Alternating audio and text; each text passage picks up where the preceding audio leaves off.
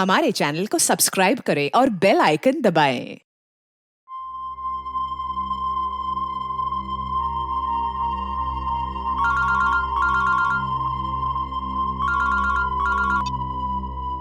Hello.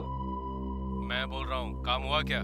मैंने तुमसे कहा था ना कि कल 10 बजे तक तुम्हारा काम हो जाएगा। और मेरी पेमेंट कहाँ है? पेमेंट मिल जाएगा तुम्हें। कितनी बार कहा मैंने तुमसे कि मुझे आधे पैसे एडवांस चाहिए और बाकी का काम खत्म होने के बाद। काम करो, पैसा तुम्हें मिल जाएगा। फोन रखो तो।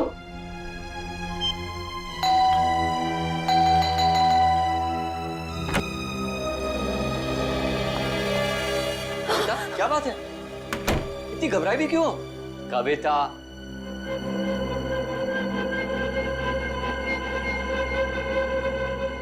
कविता।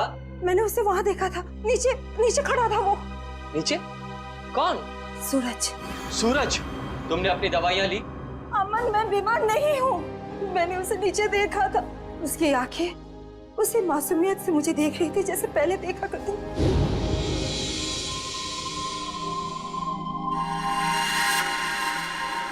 सूरज, सूरज तुम वापस आ गए। मैं जानती थी कि तुम आओगे। ये खून? सूरज, सूरज, सूरज! मैंने आवाज भी दी उसे। मेरे इन हाथों से उसे छूना चाहती थी, उसे आशीर्वाद देना चाहती थी, लेकिन जब तक मैं उसके पास पहुंची वो गायब हो गया। कविता, ये सब तुम्हारा वहम है। मैं जानती थी कि तुम यही कहोगे। मैं जानती थी आपको यकीन नहीं होगा। अरे आप ही क्या, कोई भी मेरा यकीन नहीं करेगा। लेकिन ये बात सिर्फ आज की नहीं है, पिछले कई दिनों से मैं देख रही हूँ। वहाँ देखिए, देखिए उस घर में। कविता, बस बस। अरे पिछले 1 साल से उस फ्लैट में कोई नहीं रहता है। ठीक है, आपको यकीन नहीं हो रहा है ना, तो आप 5 मिनट रुकिए। वो वहीं आएगा, उसी घर में जरूर आएगा, आपको जरूर दिखेगा वो। ओके, 5 मिनट ना? ठीक है, रुकते हैं 5 मिनट। देखो सूरज, कहाँ हो तुम?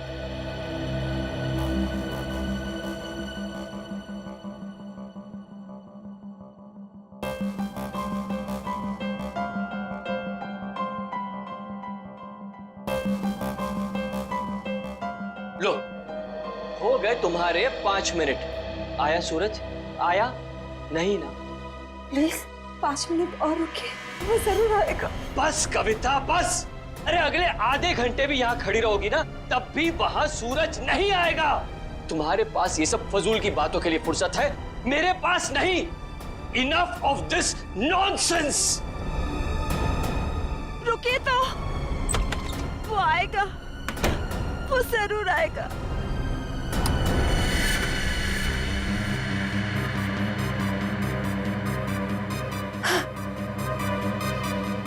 अमन, अमन जल्दी आइए। सूरज, वो देखिए सूरज।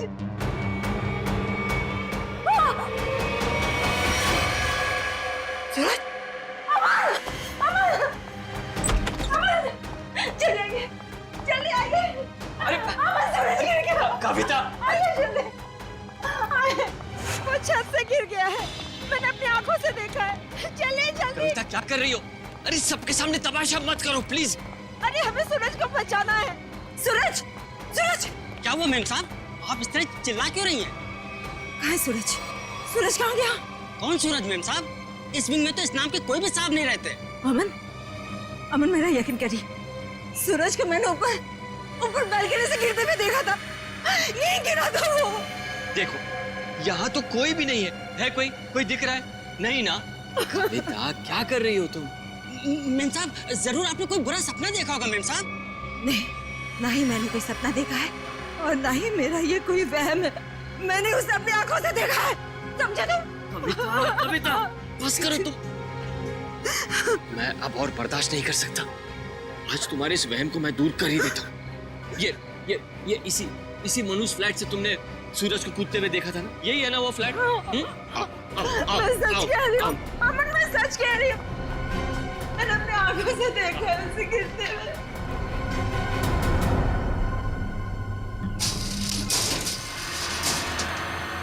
ये लो, अपनी आंखों से देख लो, यहाँ ताला लगा हुआ है। कविता, मैंने तुमसे कहा ना कि ये फ्लैट 1 साल से बंद पड़ा हुआ है। नहीं साहब, साहब बिल्कुल ठीक कह रहे हैं। ये घर पिछले 1 साल से बंद ही पड़ा हुआ है। नहीं, ये तुम सबकी चाल है। मेरे साथ ऐसा घिनौना मजाक करके तुम लोग मुझे गलत साबित करना चाहते हो। कविता, अरे मैं तुम्हारा पति हूँ, इतना प्यार करता हूँ मैं तुमसे, क्या मैं तुम्हारे साथ ऐसा करूँगा? हाँ? इसका पता तो अब सीआईडी लगाएगी। तुम भी ना कविता, हद करती हो बस। हमारी किसी की बात तुम्हारे समझ में नहीं आती। अब सीआईडी को बुलाने की क्या जरूरत थी? कविता जी आप हैं? जी मैं हूँ। आप ही ने हमें फोन करके बुलाया? हाँ, मैंने किया था आप लोगों को फोन। तो बताइए क्या हुआ यहाँ पर? मैं आपको बताता हूँ सर। कविता आप क्या कौन है? मैं अमन, कविता का पति और सूरज का फैमिली लॉ। सूरज, वही जिसने छलांग लगाकर खुदकुशी की? हाँ वही। कविता जी मैं कह रहा हूँ आपसे, ये फ्लैट पिछले 1 साल से खुला नहीं है। हम आप सीआईडी का वक्त बर्बाद कर रही हैं। वैसे आप कौन है? मैं इस सोसाइटी का सेक्रेटरी। सोसाइटी के सेक्रेटरी है? तो फिर सेक्रेटरी साहब, अगर कविता जी ने किसी को छलांग लगाकर खुदकुशी करते हुए देखा है तो उसकी तहकीकात करना हमारा फर्ज है, समझे आप? आप हमारा वक्त बर्बाद करने की चिंता मत कीजिए। फ्लैट कहाँ है बताइए? जी ये चाबी है आपके पास? जी। तो खोलिए। कविता जी आप देख सकते हैं यहाँ सारा सामान ढका हुआ है। कोई यहाँ कैसे आएगा? यहाँ की साफ सफाई तक नहीं हुई है। सेक्रेटरी साहब, आप थोड़ी देर के लिए अपना मुंह बंद रखेंगे और सीआईडी को अपना काम करने दीजिए, ठीक है? जैसा आप ठीक समझे। हाँ तो कविता ये बताइए, कल रात को आपने सूरज को कहाँ पर देखा? जी वहाँ उस बालकनी में। बालकनी?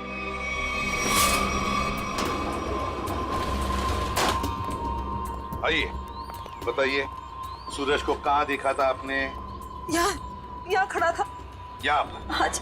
और सर ये सब कल की बात नहीं, पिछले कई दिनों से मैं उसे यहीं देख रही हूँ। पर कविता जी ये हो कैसे सकता है? ये फ्लैट को बाहर से ताला लगा हुआ था और ये फ्लैट 6ठे माले पर है। भले ये फ्लैट 6ठे माले पर हो या 7वें माले पर, लेकिन यहाँ पर कोई तो आया था जरूर। कल रात को यहाँ पर कोई था, समझे? पर ये आप इतनी यकीन के साथ कैसे कह सकते हैं? ये मैं नहीं कह रहा हूँ, इस रेलिंग पर जो धूल जमी हुई है ना, ये हमें बता रही है। पर ये हो कैसे सकता है? कोई तो आया था यहाँ पे बालकनी में। ये बालकनी की रेलिंग पे ये मिट्टी देख रहे हो? यहाँ पे मिट्टी साफ है। ऐसा लगता है कोई यहाँ पे था जिसने इस रेलिंग के साथ छेड़छाड़ की। अब आप लोगों को मेरी बात पर यकीन हुआ ना सर? देखा अमन, मैं सच कह रही थी। एक मिनट। अगर किसी ने यहाँ से खुदकुशी की होती तो उसकी लाश कहाँ है? और इतने ऊपर से कूदने के बाद जमीन पर गिरते ही उसका सर फटा होगा, खून निकला होगा। जमीन पर ना उसकी लाश मिली, ना जमीन से खून के निशान। और तो और वॉचमैन तो कुछ देखता। अब हम देख लेंगे और पता भी लगा लेंगे। देख, नीचे चलते हैं।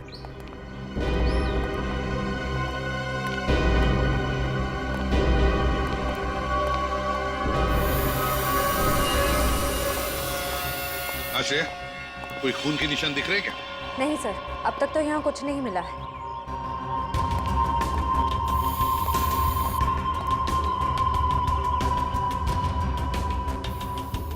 वॉचमैन, कल रात ड्यूटी पर थे ना तुम? साहब मैं ही था। तो फिर तुमने देखा कैसे नहीं किसी को ऊपर से गिरते हुए? साहब रात में मैं ही यहाँ पे बैठा हुआ था। ये मेम साहब अचानक यहाँ आई और बोलने लगी कि सूरज ऊपर से कूद गया। अच्छा एक बात बताओ, कल कोई अनजान आदमी आया था कल रात को यहाँ इस विंग में? नहीं साहब, इस विंग में जो लोग रहते हैं वही लोग आए थे साहब। आप चाहें तो मैं आपको रजिस्टर भी दिखा सकता हूँ साहब। सर हाँ? सर खून के कोई ट्रेसेस नहीं मिले वहाँ पे। ऐसे कैसे हो सकता है? आप लोगों को कुछ सबूत मिला है ना बालकनी में किसी की मौजूदगी का? मैं सच कह रही हूँ सर, मेरा यकीन कीजिए। कविता जी, हम आपका पूरा विश्वास कर रहे हैं, आप सच बोल रही हैं। मैं तो सच बोल रही हूँ, लेकिन मुझे लगता है कि ये लोग झूठ बोल रहे हैं। क्या मतलब? शायद ये लोग मुझे झूठा साबित करना चाहते हैं। लेकिन क्यों गलत साबित करना चाहते हैं ये लोग? ऐसा ही है सर, मेरे आने से पहले इन लोगों ने लाश को ठिकाने लगा दिया होगा, खून भी साफ कर दिया होगा। मेरा यकीन कीजिए, मैं सच बोल रही हूँ। कविता, तुम सबके सामने पतंग खड़ा कर रही हो। एक मिनट सर, आप नहीं सर, मैं सच बोल रही हूँ। सर आप मेरी पत्नी की बातों को ज्यादा गंभीरता से मत लीजिए। दरअसल उसका दिमागी इलाज चल रहा है। दिमागी इलाज चल रहा है? क्यों, किस लिए? उसे हेलुसिनेशंस होते हैं सर। उसे ऐसे लगता है जैसे सब लोग उसके खिलाफ हैं। और जिस सूरज की वो बात कर रही है ना, उसकी तो 1 साल पहले मौत हो चुकी है। सूरज की मौत 1 साल पहले हुई थी। जी। अच्छा, पर फिर भी इस बात का तो नजरअंदाज नहीं कर सकते ना कि आपकी पत्नी कविता ने किसी को ऊपर से छलांग लगाकर खुदकुशी करते हुए देखा है। एक बात बताइए, सूरज की मौत हुई कैसे थी? सर, सूरज ने फ्लैट से कूदकर आत्महत्या कर ली थी। वैसे आप कौन है? मैं सूरज का चचेरा भाई प्रतीक और ये मेरी पत्नी नताशा। एक बात बताइए, सूरज ने आत्महत्या क्यों की? सर, सूरज को अपने पिता से बहुत लगाव था और उनकी मौत के बाद उसके पास जिंदा रहने का कोई मकसद ही नहीं बचा था। कविता जी, एक बात बताइए, क्या आपने 1 साल पहले सूरज को कूदते हुए देखा था अपने घर से? तभी मैं इस शहर में नहीं थी सर। मेरे वापस आने के बाद मुझे बताया गया था, लेकिन मुझे यकीन ही नहीं हुआ। माँ बाप की मौत हर बच्चों के लिए बहुत बड़ा सदमा होती है, लेकिन इसका मतलब ये नहीं है कि आप अपनी जिंदगी का अंत ही कर दो। सर, मैं पूरे यकीन के साथ कह सकती हूँ कि सूरज जिंदा था। पिछले कई दिनों से मैं उसे देख रही थी। कविता, सर आप यकीन कीजिए सर। बस करो। तुम्हारी तबीयत ठीक नहीं है। हाँ? चलो घर चलो, तुम्हारे आराम का वक्त हो गया। अमर, मैं सच क्या है? Excuse me sir. सर, चलो चलो चलो चलो मेरे साथ चलो। अमर, मैं सच बोल रही हूँ। सर, कविता आंटी को सूरज की मौत का बहुत गहरा सदमा लगा है, इसलिए उसके कूदने का दृश्य उनकी आंखों के सामने बार बार आता रहता है। सर, कविता आंटी की अपनी कोई संतान थी नहीं और वो सूरज को अपने बेटे समान मानती थी। सूरज को हॉस्पिटल कौन ले गया था? मैं, नताशा और अमन अंकल, हम तीनों मिलकर लेकर गए। सर, मैं भी था। आप? शेखर, सूरज के पिता का बचपन का दोस्त। कौन से हॉस्पिटल ले गए थे सूरज को? Sir, city hospital. City hospital. Suraj की मौत 1 साल पहले हुई है, तो पता लगाना पड़ेगा कि लोकल पुलिस स्टेशन का कौन सा ऑफिसर उस केस को देखता था और फिर उसे लेकर सिटी हॉस्पिटल जाना पड़ेगा। 16 दिसंबर 2012 की रात थी जब सूरज को इस हॉस्पिटल में लाया गया था। काफी नाजुक हालत थी उसकी, कंधा टूट गया था उसका, सर पे भी गहरी चोट आई थी। लग नहीं रहा था कि वो बचेगा। लग नहीं रहा? बिल्डिंग से कूद के उसकी मौत हो गई थी ना? मौत? नहीं सर, इस हॉस्पिटल के डॉक्टर इतने काबिल थे, उन्होंने उसको बचा लिया था। क्या सूरज जिंदा है? नहीं सर, वो मर चुका है। अरे अभी अभी तो तुम कह रहे थे कि डॉक्टरों ने उसे बचा लिया था। सर, वो बच गया था और उसके जीने की पूरी तमन्ना खत्म हो चुकी थी। हॉस्पिटल से ऑपरेशन के 3 दिन बाद ही वो हॉस्पिटल से भाग गया और फिर ओडाला के ब्रिज से जाकर उसने आत्महत्या कर ली। ओडाला ब्रिज? मतलब सूरज की मौत बिल्डिंग से कूदने से नहीं, ओडाला ब्रिज से कूदने से हुई है। मगर सर, सूरज के घर वालों ने हमसे झूठ क्यों कहा? खैर, उसका तो पता हम लोग लगा ही लेंगे।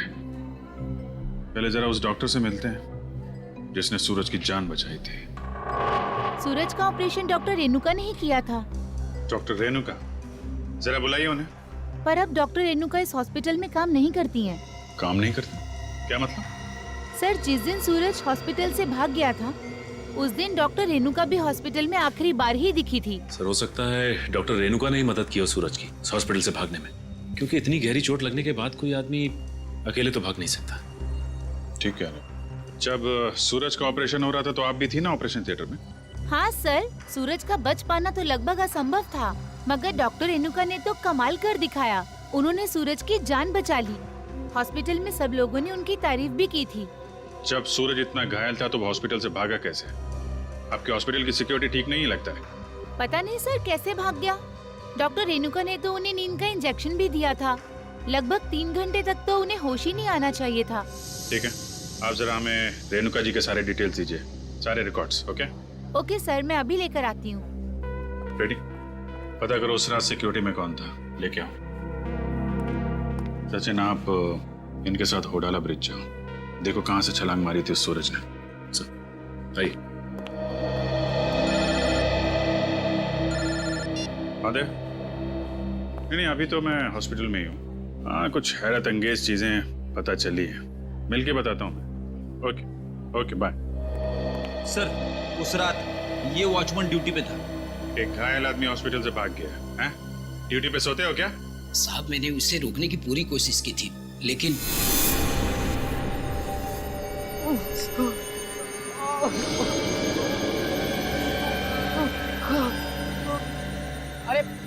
अरे साहब, आप कहाँ जा रहे हैं?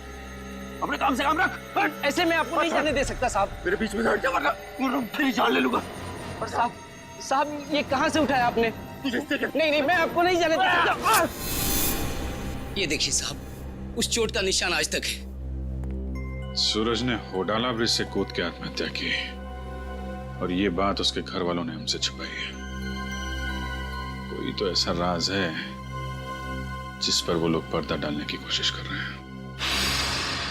क्या सूरज की मौत बिल्डिंग से कूदने से नहीं बल्कि होराला ब्रिज से छलांग लगाने से हुई थी? और इतनी बड़ी बात तुम लोगों ने मुझसे क्यों छुपाई? सिर्फ आप ही से नहीं कविता जी, इतनी बड़ी बात सीआईडी से भी छुपाई गई है। कानून से कोई बात तब छुपाई जाती है जब जुर्म के ऊपर पर्दा डालने की कोशिश की जा रही हो। हाँ? ये बात हमने कविता से इसलिए छुपाई थी, हम नहीं चाहते थे कि कविता सूरज के वापस लौटने की झूठी उम्मीद में जिए। जी हाँ सर, मौत बिल्डिंग से कूदकर हुई हो या फिर होडाला ब्रिज से छलांग लगाकर, सच तो ये है कि सूरज अब कभी भी लौटकर वापस हमारी जिंदगी में नहीं है। माना सूरज ने होडाला ब्रिज से नीचे छलांग लगाई मगर किसी को उसकी लाश मिली, हाँ? तो आप लोग इतने यकीन के साथ कैसे कह सकते हैं कि सूरज मर चुका है? मैं जानती थी कि सूरज जिंदा है और वो वापस जरूर आएगा। हे भगवान, तेरा लाख लाख शुक्र है, वो वापस आएगा। इसीलिए हमने ये बात कविता से छुपाई, क्योंकि हम नहीं चाहते थे कि ये सूरज की वापसी की झूठी आस में बंधी रहे। अब आपने इसे सब कुछ सच सच बताकर इस बेचारे की बची कुची जिंदगी में भी जहर घोल दिया। तुम मेरे पति नहीं हो, दुश्मन हो दुश्मन। तुमसे मेरी खुशी देखी नहीं जाती, मेरा सुख तुमसे बर्दाश्त नहीं होता। बोलो, ये छुपाया था मुझसे, हम नहीं छोड़ेंगे। कविता जी संभालिए। छोड़िए छोड़िए। अब तो खुश है ना आप लोग हमारे घर में झगड़ा लगाकर? आपके घर के झगड़े से ज्यादा जरूरी फिलहाल हमें ये जानना है सूरज जिंदा है या नहीं, और अगर वो जिंदा नहीं है तो फिर कौन है वो आदमी जो नकली सूरज बनकर ये खेल खेल रहा है? अच्छा, ये है डॉक्टर रेणुका, इसने बचाया सूरज को। हाँ सर, इनके घर पे पूछताछ करने पे इनके नौकर ने बताया कि हॉस्पिटल की नौकरी छोड़ने के 1 हफ्ते बाद ये सिंगापुर चली गई थी। हॉस्पिटल से नौकरी छोड़ने के बाद ये सिंगापुर चली गई, तो फिर कभी ना कभी तो वापस आती होगी।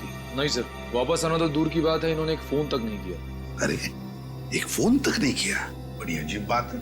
कोई अपना घर नौकर पर सौंप जाता है तो कभी ना कभी फोन करके पूछताछ तो करता है घर की हालत के बारे में। हाँ सर, पर इन्होंने ऐसा बिल्कुल नहीं किया।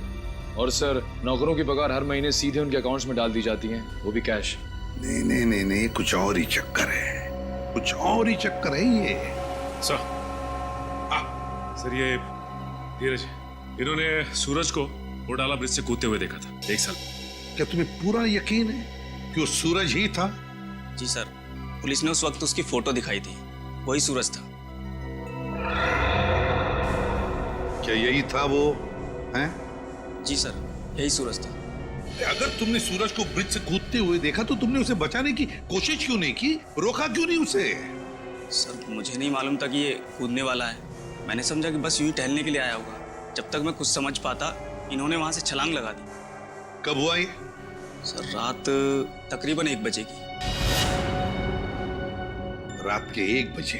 तो क्या मैं पूछ सकता हूँ कि रात के 1 बजे आप वहाँ क्या कर रहे थे होडाला ब्रिज पर?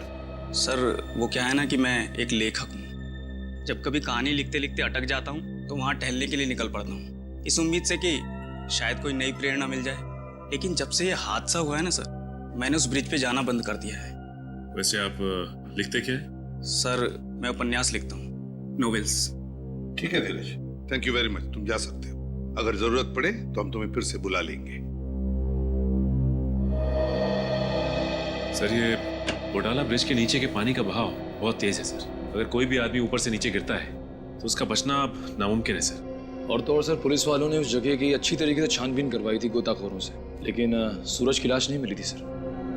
हो सकता है कि तेज बहाव की वजह से वो सूरज को ढूंढ नहीं पाए होंगे, या फिर किसी न किसी वजह से सूरज डूबने से बच गया। सर, अगर ये सूरज बच गया है तो सिर्फ कविता जी को क्यों दिखाई देता है, अमन जी या बाकी लोगों को क्यों नहीं? वही तो, अगर ये बच गए तो सिर्फ कविता को ही कैसे दिखता है, और किसी को क्यों नहीं दिखता? नहीं नहीं नहीं नहीं नहीं नहीं, कुछ ना कुछ तो गड़बड़ जरूर है, क्योंकि अगर ये बच गया तो सबके सामने क्यों नहीं आता है? सर, शायद ये कविता जी का कोई वहम है। नहीं नहीं नहीं निखिल, ये कोई वहम नहीं है, कोई वहम नहीं है। अगर ये कविता जी का वहम होता तो वे सूरज की घर की बालकनी के रेलिंग पर जो धूल जमा हुई थी उसमें से इतना सा हिस्सा ही साफ कैसे मिला हमको? इतना सा हिस्सा साफ कैसे मिला? उसका एक ही मतलब है कि कोई ना कोई तो था सूरज के घर में, कोई ना कोई तो गया था सूरज के घर में जिसे कविता ने देख लिया। मगर कौन गया था सूरज के घर में? है कौन ये? इसका पता तो लगाना ही पड़ेगा।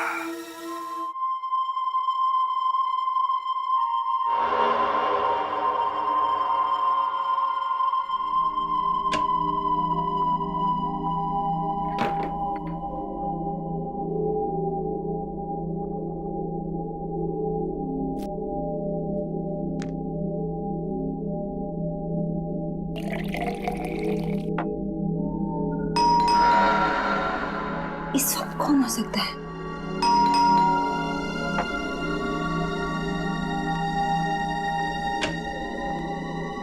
कौन है?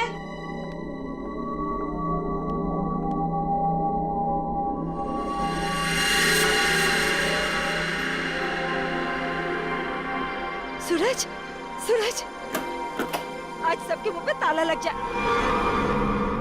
हैं? सूरज, अब कहाँ चले गए? सूरज कहाँ? सूरज बंद करो ये मजाक, कहाँ हो तुम? सूरज आ जाओ अभी। सूरज, मेरी आंखें तरस गई है तुम्हें देखने के लिए। सूरज, सूरज कहाँ हो सूरज तुम? सूरज, सूरज। कविता आंटी, सूरज तुम ऊपर जा रहे हो ना? आप ठीक हो ना? मुझे तुम्हारे कदमों की आवाज आ रही है। सूरज रुक जाओ। आप ऊपर क्यों जा रही हो? सूरज रुक जाओ, रुक जाओ सूरज। कविता आंटी, इस वक्त आप छत पर क्यों जा रही है? सूरज, सुना ही नहीं होगा। सूरज, सूरज मैं जानती हूँ कि तुम छत पर आके छिपे हो। देखो, अब अच्छे बच्चे की तरह वापस आ जाओ। अब मेरे सब्र का और इम्तिहान मत लो सूरज। कहाँ हो तुम? अब अगर तुम 5 गिनने तक बाहर नहीं आए ना, मैं तुमसे कभी बात नहीं करूंगी। 1, 2, 3, 4।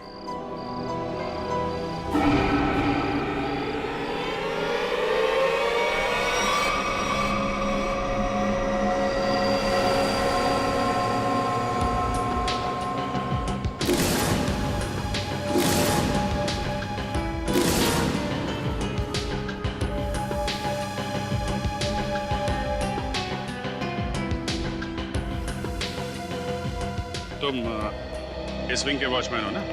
जी साहब। कैसे हुआ ये सब? साहब, कल रात तकरीबन 2 बजे मुझे किसी की चीख सुनाई दी। देखा तो कविता मैम साहब लहूलुहान जमीन पर पड़ी हुई थी। सर, मैं सोच भी नहीं सकता था कि सूरज के गम में कविता आत्महत्या। पता नहीं आजकल के लोग इतना कमजोर क्यों हो गए। दुख बर्दाश्त करने की किसी में भी शक्ति नहीं रही। सर, सही है, देखिए।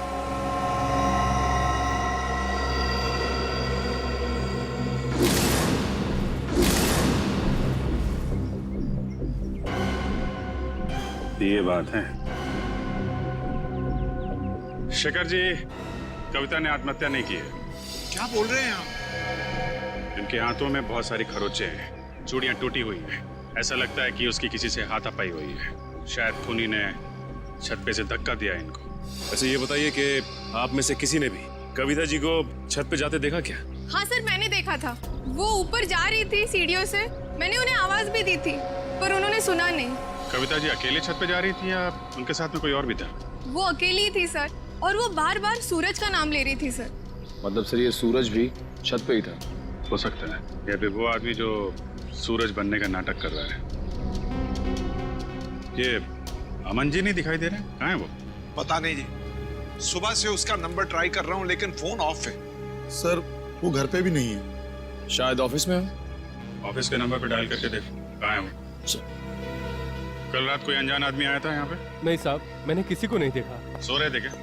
नहीं साहब, मैं सच कह रहा हूँ। मैं कल रात जाग रहा था और मैंने किसी को नहीं देखा इस विंग में जाते हुए। अगर जाग रहे थे तो किसी और को कविता के साथ छत पे जाते हुए क्यों नहीं देखा तुमने? मुझे तो ये भी नहीं पता साहब कि कविता मैम छत पे कैसे चली गई। छत का दरवाजा हमेशा बंद रहता है। चाबी किसके पास रहती है? चाबी मेरे पास रहती है साहब। लाओ चाबी लो। सर ये देखिए, चाबी में चिकनाहट है। चिकना तो है। साबुन, लगता है किसी ने साबुन पे चाबी का निशान लिया है और डुप्लीकेट चाबी बनाई है। नहीं साहब, मैंने किसी को चाबी नहीं दी थी साहब। तुमने कुछ नहीं किया, लेकिन लापरवाही तो की है ना तुमने। केबिन में तुमने चाबी लावारिस छोड़ दी होगी और इस बात का फायदा उठाकर किसी ने डुप्लीकेट चाबी बनवा ली। खूनी जो कोई भी है, छत पे जरूर कोई निशान छोड़ा होगा उसने। श्रेय, बॉडी को पोस्टमार्टम के लिए भिजवा दो।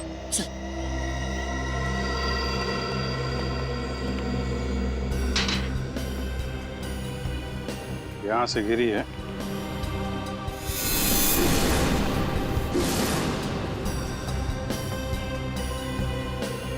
चूड़ी, इसका मतलब यहीं से खूनी ने कविता जी को नीचे फेंका है। यहीं पे हाथापाई हुई होगी और खूनी ने कविता को यहां से फेंक दिया है।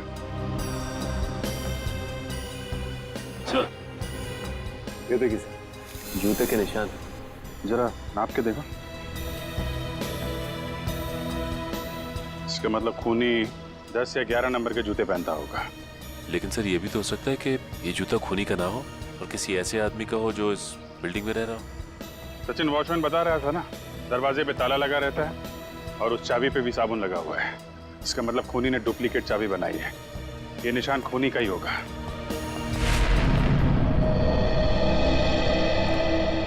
क्या पता चला ऑफिसर? सर उनके ऑफिस ने बताया कि अमन जी कल दिल्ली जाने वाले थे कॉन्फ्रेंस के लिए, लेकिन वो दिल्ली पहुंचे ही नहीं। दिल्ली पहुंचे ही नहीं? हाँ सर, उनकी फ्लाइट की टिकट ही बुक थी, लेकिन वो मुंबई एयरपोर्ट तक ही नहीं पहुंचे। सर कहीं ऐसा तो नहीं कि अमन जी ने ही कविता जी को? कैसी बात कर रही हैं आप? अमन कविता से बहुत प्यार करता था और वो कविता के लिए अपनी जान तक दे सकता था। ऐसी बात है तो फिर अमन गायब क्यों हो गया? बीवी की मौत हो गई और पति लापता? सर मुझे शुरू से ही अमन के हाव भाव कुछ ठीक नहीं लग रहे थे। क्या मतलब? सर अमन जी शुरू से ही हमारे परिवार के वकील रह चुके हैं। सूरज के माता पिता की मौत के बाद उन्होंने कभी किसी को बताया ही नहीं कि जायदाद का बंटवारा कैसे होगा। सर मुझे लगता है अमन के दिल में खोट है, वो खुद ही सारी जायदाद हड़पना चाहता है। और हो सकता है कविता आंटी को सूरज बन के डराने के खेल में उन्हीं का हाथ हो। खैर अमन इसमें शामिल है कि नहीं ये तो हम लोग पता लगा ही लेंगे, लेकिन ये बात तय है कि ये सारा खेल जायदाद की वजह से ही रचा जा रहा है। सूरज अगर बिल्डिंग में आया था तो आसपास जरूर किसी ने देखा होगा। हाँ सर, सामने पान की दुकान है सर। अरे भाई सुनो। आइए साहब, 4 पान लगा देता हूँ। मैडम के लिए मीठा पान, चेरी वाला। अरे नहीं, पान बाद में खाएंगे, थोड़ी बात कर लेते हैं पहले। हाँ जी, कहिए। अच्छा ये बताइए कि आपकी दुकान कितने बजे तक खुली रहती है? सुबह 9 से रात के 11 बजे तक। क्या आपने इस आदमी को कल इस इलाके में देखा था? अरे आप लोग तो ऐसे बातें कर रहे हैं जैसे आप लोग सीआईडी वाले हैं। ठीक पहचाना आपने? अरे आप तो सचमुच में सीआईडी वाले हैं। देखा था इसको? जी साहब, कल रात को इस आदमी को देखा था। ठीक से याद है तुम्हें? कोई धोखा तो नहीं हो रहा? जी साहब, मेरी नजर 6x6 की है, कभी धोखा नहीं खाती। मतलब सर सूरज जिंदा है?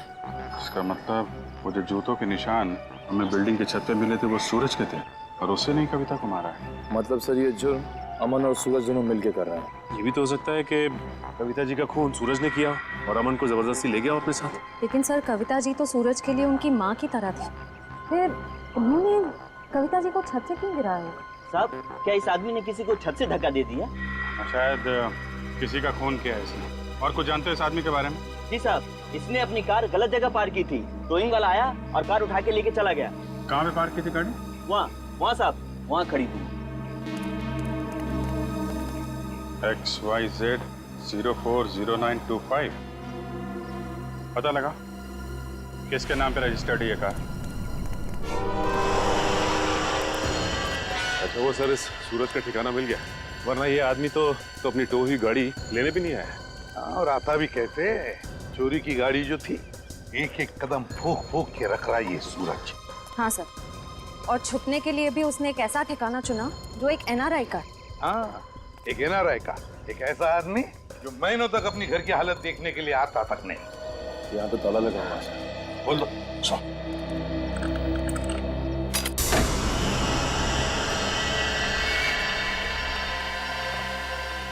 इस कमरे में से तो बहुत बुरी तरह से बदबू आ रही है।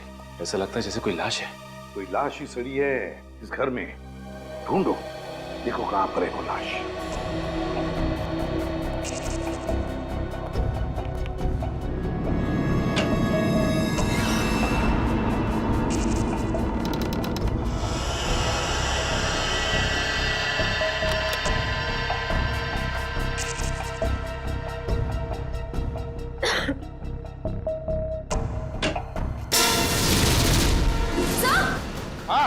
सर जल्दी आइए।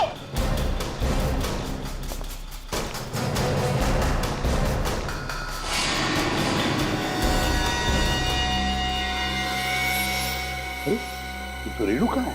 यही है ना वो डॉक्टर जिसने सूरज पर इलाज किया था? हाँ सर, ये रेणु का ही है। लेकिन सर इसके नौकर ने तो बताया था कि रेणुका सिंगापुर गई। जरूर रेणुका ने झूठ कहा था अपने नौकर को कि वो सिंगापुर जा रही है। सर ये देखिए, गले पे निशान। ऐसा लगता है किसी तार से गला घोंट के मारा गया है। बिल्कुल पतला सा था, और जिस तरह से बदबू आ रही है, जिस तरह से ये लाश सड़ी है, लगता है 2-3 दिन तो हुए हैं इस खून को। सर ये देखिए, उसके हाथ पे भी निशान है। वो इधर भी। सर ये निशान इस चीज का हो सकता है। ये निशान लगता है किसी रस्सी वस्सी से होते हैं ना निशान, खींचते वक्त वैसे लगते हैं ये निशान। ढूंढो जरा इस कमरे में, जो भी चीज है, जिस चीज से ये निशान बना है, यहीं कहीं मिलना चाहिए।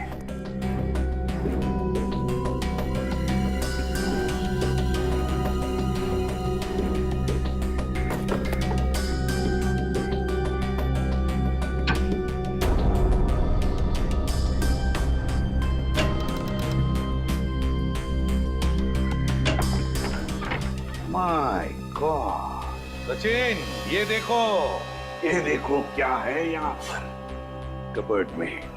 डमी।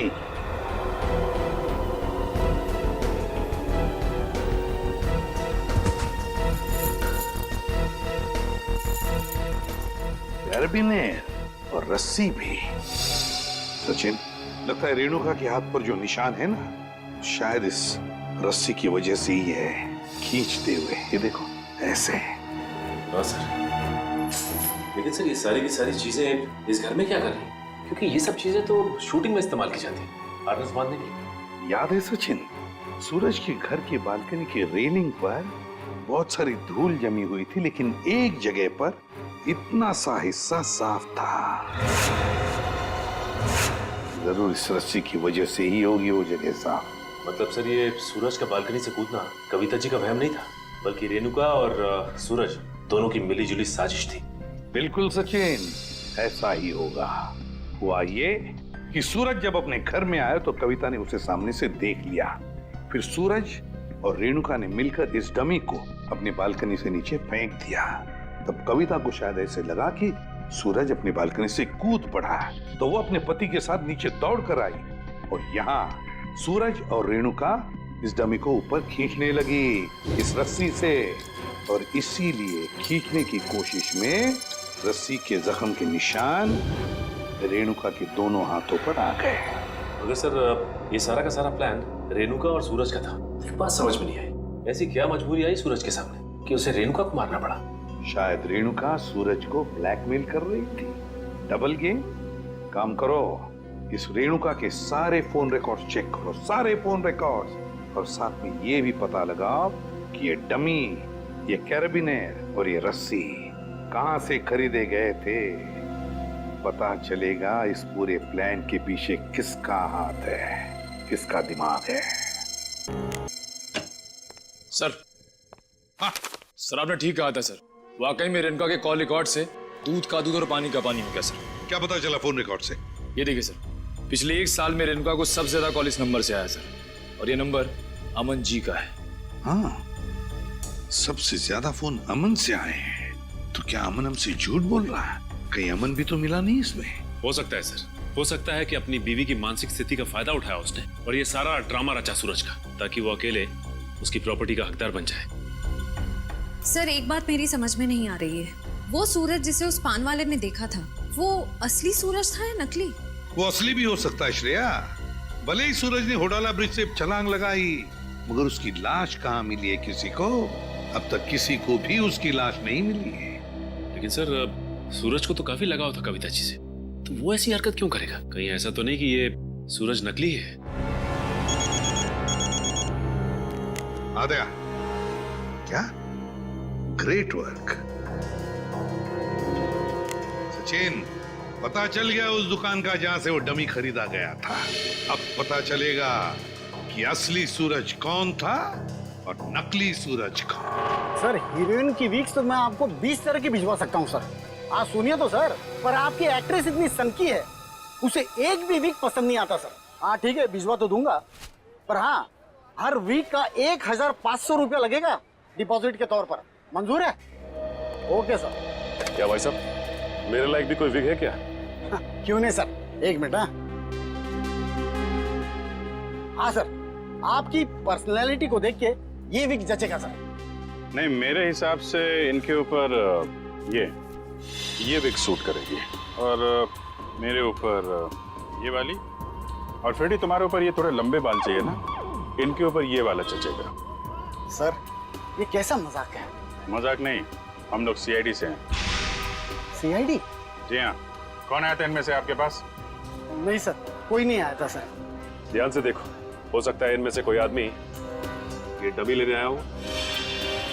हाँ सर, ये डमी तो वो आदमी किराए पर लेकर गया था सर, और वापस आ ही नहीं सर। कौन था वो आदमी? सर एक मिनट, मैं देख के बताता हूँ।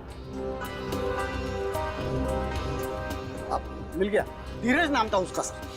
सर उस आदमी का नाम भी तो धीरज था ना, जिसने सूरज को ब्रिज से कूदते हुए देखा था। अच्छा भाई साहब, ये उस आदमी के चेहरे पे कोई कटा हुआ निशान था क्या? हाँ सर, ऐसा ही कटा हुआ निशान था सर। तो ये धीरज भी शामिल है इस षड्यंत्र में, अमन और रेणुका के साथ। रेडी, पता लगाओ इस धीरज का मोबाइल इस वक्त कहाँ पे है। अरे वो पिक्चर देखी है मैंने यार, बहुत घटिया है। अरे क्या बात कर रहा है यार, वो पिक्चर इतनी घटिया कैसे हो सकती है?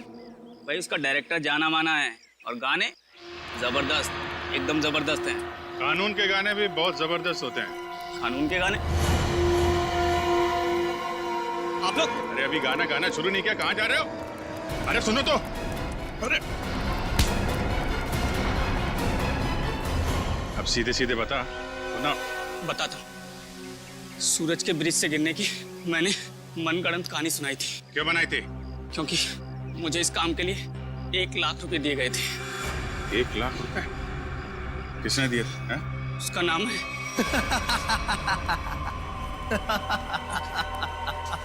क्यों किया तुमने कविता के साथ ये सब? और मुझे यहाँ इस तरह बांध कर तुम्हें क्या मिलेगा? सुकून, ढेर सारा सुकून। ठीक उसी तरह जिस तरह मौत की दुनिया से निकलकर जिंदा लोगों की दुनिया में आकर मिलता है, वो सुकून। बकवास बंद करो। ना तुम कभी मरे थे और ना ही तुम सूरज हो। बहरूपिये हो तुम, बहरूपिये। अरे बाप रे, तुम्हें तो सब पता है। क्या है ना कि इतनी बातें जानना तुम्हारी सेहत के लिए ठीक नहीं है। तो मैं सोच रहा हूं कि तुम्हारी सारी तकलीफें मैं दूर कर ही देता हूं। ये क्या कर रहे हो तुम? रुक जाओ जतिन, इसकी टिकट काटने से पहले इसे देख लेने दो कि ये सारा खेल किसका रचा हुआ है। तुम?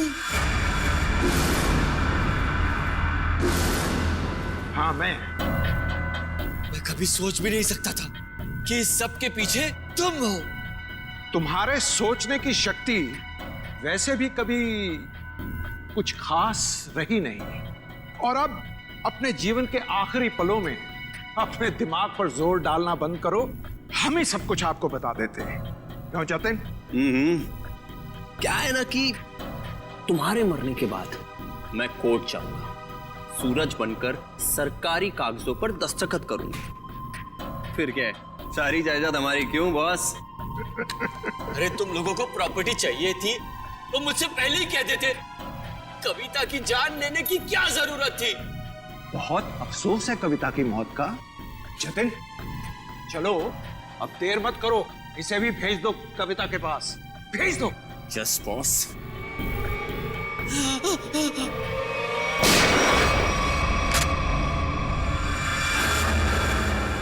कुछ सुन लिया हम लोगों ने। अगर बाकी मुजरिम भी आप लोगों की तरह अपना जुर्म अपने आप कबूल कर लें तो सीआईडी का काम काफी आसान हो जाएगा। क्यों शेखर जी, आपका क्या कहना है? अरे रे रे रे रे, इतने भयानक मुजरिम को इतने आसानी से नहीं भागने देंगे हम लोग। क्यों किया ये सब? सूरज को उसके पिता से बहुत लगाव था और उसकी मौत के बाद उसके जीवन में कोई रुचि नहीं रह गई थी। उसके दिमाग में आत्महत्या करने के ख्याल पनपने लगे। इसलिए तुमने सोचा कि सूरज को तो प्रॉपर्टी में कोई इंटरेस्ट है नहीं, तो क्यों ना बहती गंगा में हाथ धो लिया जाए, उसकी प्रॉपर्टी हथिया ली जाए। हाँ, इसीलिए जब पहली बार सूरज ने बिल्डिंग से कूदकर आत्महत्या करने की कोशिश की तो तुरंत मैं उसे हॉस्पिटल लेकर गया ताकि किसी तरह से भी उसकी जान बच जाए और वो अपनी सारी दौलत मेरे नाम कर दे। और जैसे ही रेणुका को पता चला कि करोड़ों रुपए तुम्हारे हाथ लग गए तो उसने अपना हिस्सा मांगना शुरू कर दिया तुमसे। हाँ, लेकिन गड़बड़ तब हुई जब वो दोबारा हॉस्पिटल से भाग गया। मैंने और रेणुका ने बहुत ढूंढा उसे और तब हमने देखा कि सूरज, सूरज नहीं, सूरज मेरा पीछा मत करो, मेरे पीछे मत आओ, मेरा मर जाना है, ठीक है? नहीं, मुझे दोबारा बचाने की कोशिश मत करो। नहीं सूरज, ऐसा बर्ताव मत करो। किसी एक आदमी के चले जाने से जिंदगी खत्म नहीं हो जाती। वो मेरे पापा थे। पापा, तुम लोग क्या समझोगे मेरे पापा के बारे में? नहीं सूरज, नहीं नहीं नहीं, मुझे छोड़ दो। मुझे अगर तुम दोनों में से किसी ने भी कूदने से रोका तो मैं अपनी जान ले लूंगा, मैं अपनी जान ले लूंगा, मैं अपना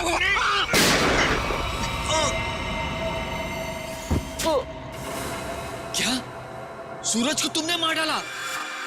जानबूझकर नहीं मारा, गलती से गोली चल गई थी और फिर उसकी लाश को हमने नीमवाड़ी के जंगल में दफना दी। और फिर धीरज को तुमने अपना झूठा गवाह बना लिया ताकि कानून को गुमराह कर सको। हाँ, और जब हमें जतिन मिला जो सूरज का हम शक्ल था तो मुझे ऐसा लगा कि शायद कुदरत यही चाहती है कि मैं करोड़ों का मालिक बनूं, वरना ऐसा संयोग क्यों होता?